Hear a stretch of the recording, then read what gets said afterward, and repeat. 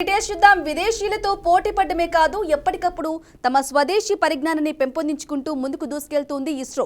గతేడాది చంద్రయాన్తో సక్సెస్ కొట్టిన ఇస్రో అత్యుత్తమ అంతరిక్ష సంస్థగా ఎదిగింది. తక్కువ ఖర్చుతో మెరుగైన ఎక్కువ ప్రయోగాలను చేపట్టిన అన్ని ప్రయోగాల్లో సక్సెస్ సాధిస్తోంది. ఇలా ఇప్పటి వరకు 99 ప్రయోగాలను చేసింది ఇస్రో. రేపు తన 100వ ప్రయోగాన్ని నింగిలోకి పంపేందుకు సిద్ధమైంది. ఇక Sriharikota GSLV F-15 count down మొదలైంది. అర్ధరాత్రి 2:53 కౌంట్ డౌన్ ప్రారంభించింది. దీనిని 29వ తేదీ ఉదయం 6:23 నింగిలోకి పంపించనుంది. ఇదే అంశానికి సంబంధించి తాజా అప్డేట్ మా ప్రతినిధి గోపినాథ్ అందిస్తారు. గోపినాథ్, మొత్తం మీద దేశీయ పరిజ్ఞానంతో ఎక్కువగా ఇస్రో నుంచి కూడా ఎక్కువగా ఉపగ్రహాలని సక్సెస్ఫుల్ గా ఇస్రో శాస్త్రవేత్తలు నడపడం జరిగింది.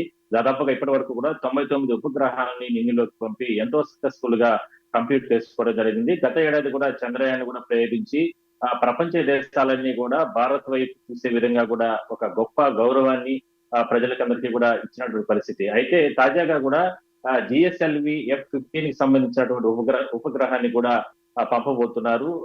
గత రాత్రి 2:53 ఏదైతే కౌంట్ డౌన్ ప్రారంభించారో అందులో భాగంగా ప్రస్తుతానికి కౌంట్ డౌన్ ప్రక్రియ కొనసాగుతుంది.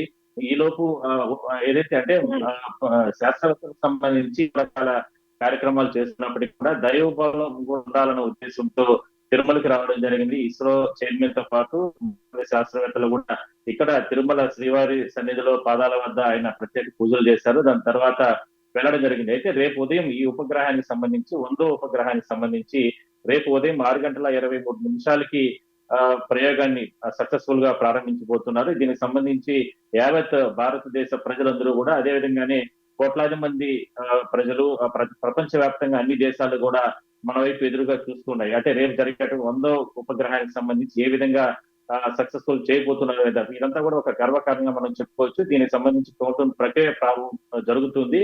రేపు 6:23 ఉపగ్రహాన్ని నింగిలోకి పంపనున్నారు.